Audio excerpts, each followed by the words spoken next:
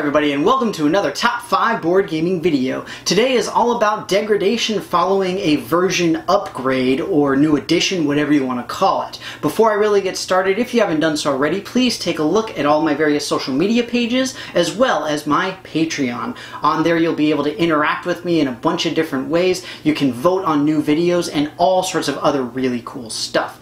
Getting right into the video for today though, we all get super excited, or at least I know I get super excited when a new edition of a game is announced. I'm just like, oh cool, maybe they integrated this particular thing from an expansion, or maybe they adjusted this particular mechanic because I didn't really like how that worked. All sorts of different things like that. That's the ideal situation, right? These games are not the ideal situation. For whatever reason, I didn't like them after they got the new edition, and I preferred the previous one more. So what I did is I did a sort of mixture of games where I didn't like the new mechanics or the way that they were reintegrated. I didn't like the new components, the rules don't make any sense, just all sorts of different stuff like that. So as always though, I would like to hear what you guys have to say.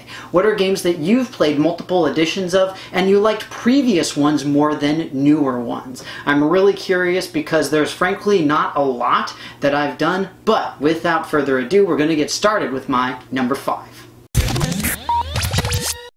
At number 5, I've got Robo Rally. The newest edition of this game is frankly really bad. The components are the worst part of this, where they're just very thin cardboard, they're really easy to bend, you can't move them around too much or else you'll just end up destroying them. On top of that, the rules were rewritten, and frankly I find them to be a little bit more confusing than they were before. That said, it's lower on the list here simply because I was never a huge fan of Robo Rally personally. I do like it on occasion, but it's not one that I'm always like, woo, Robo Rally! So when I've played both editions, then I do like the previous one more, but I'm not super excited to play either one. That said, either way, Robo Rally is my number 5. At number 4, I've got Captain Sonar. This might seem like a big surprise to you guys because frankly this is an amazing game, but I don't understand the purpose of Sonar. So Sonar is, it's not a dumbed down edition, but it's a reduced edition of Captain Sonar where you can play between 2 and 4 players rather than requiring 2 to 8 players to really have a fun time with Captain Sonar. Now, I appreciate the social interactivity, I appreciate the real-time aspect, I really enjoy all of that with Captain Sonar. Not to mention, each station has its own specific type of strategy that it has to deal with.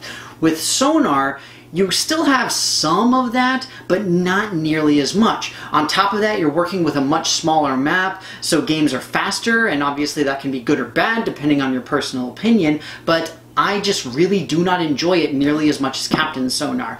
It's more flexible in terms of the number of players, yes, but I mean, I would much rather just wait until I had enough people to play a really big game of Captain Sonar than I would play Sonar with only 3 or 4 people. Now, that's just me again. It's lower on the list simply because they are both good. They are both fun in their own ways. I just prefer the original one, but they're both not bad. It's just that I like this one a little bit more. So with that, Captain Sonar and Sonar are my number 4. At number 3, I've got Spyfall. Relatively recently, Spyfall 2, the sort of sequel, but not really, came out, and frankly, it didn't add a whole lot. Honestly, the biggest thing that I didn't like about the new edition is the fact that it actively added a lot more players. Spyfall by itself can play a lot of people, and if you have it maxed out, it is an extremely begrudgingly slow game. You are asking questions of a single person every time, and the problem is you can just sit there and never be asked a question before the game is over. It's really, really frustrating, and frankly it can get kind of boring. But what Spyfall 2 does is it adds even more. And it's like, why would you need even more people for this? It also adds new locations, and it's like, I mean, okay, I guess. If you've played this game so much with your gaming group that you now have basically memorized answers to questions so that you know exactly where you are based off of 1 or 2 if you're the spy or whatever it happens to be, more power to you. The other thing is Spyfall 2 adds a second spy, or the potential for a second spy, and again I'm just kind of like, why? Why bother? It doesn't make sense. This game by itself is perfectly fine, and frankly, the second edition, in my opinion, didn't add enough to really justify it. So I don't see the point personally. I didn't really enjoy Spyfall 2, that's just me, and that's why it's a little bit higher on this list, is because I simply don't like the new edition. I don't see the point to it. Spyfall and Spyfall 2, my number 3. At number 2, I have the infamous Acquire.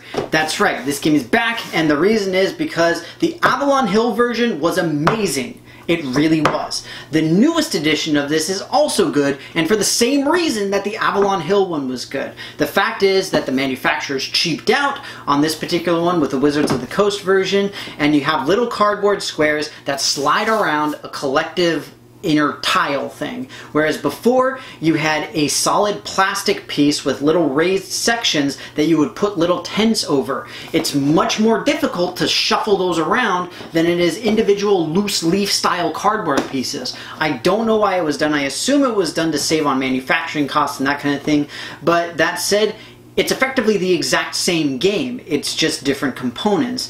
And that's what really frustrated me with it, is that why did you change it so drastically and not actually alter the game itself? You change the components, you change what they look like, you change what they feel like, what they're made out of, but you don't change how the game actually functions. And that's really what sort of rubbed me the wrong way with this, and why it's so high on my list. Acquire, the Avalon Hill into the Wizards of the Coast, my number 2. At number 1, I've got Pandemic. Honestly, I'm so excited to be able to talk about this because I do not understand why there is a second edition of Pandemic. It makes no sense. They got new box art, they got the cards redesigned, they got the board redesigned. That's it! They just changed the way the components look and feel. Not even how they feel, it's still the same stuff. And it makes zero sense. I do not understand why it was done, and it made me really upset because with the newer expansions, State of Emergency and In the Lab, you can only get them in the so-called second edition style, which meant that for my older editions of the game as well as the expansion on the Brink, I had to get my cards updated so that they're compatible with all the other new cards, because the older ones don't have the same back on them, and the cities look different and all this kind of stuff, and it's like, why? Why was this done? I do not understand. All I can think is that it's just a marketing thing. And the reason that this is so high on the list is, first off, because it is by far my favorite cooperative game and I love playing it. And secondly, because it literally changed nothing about the game. At least with Acquire, we had something alter with what the game was doing. But in this case, nothing happened. It just got new artwork, and that's it, and it was very frustrating when I found out about it. So, with all that, Pandemic is my number 1. Well folks, that's going to be it for me. I hope you enjoyed this video on my 5 essentially least favorite transitions to a new edition or a new version of a game, whatever you want to call it. That said, I would love to hear what you guys have to say about this. There's a lot of games that get a lot of new editions all the time, and I really want to know, what are your guys' favorites, what are your least favorites, all of that kind of stuff. Put anything and everything in the comments below. You guys know that I absolutely love to hear from you. That said, thank you so very much for watching. I hope that you enjoyed this video, and I will see you next time.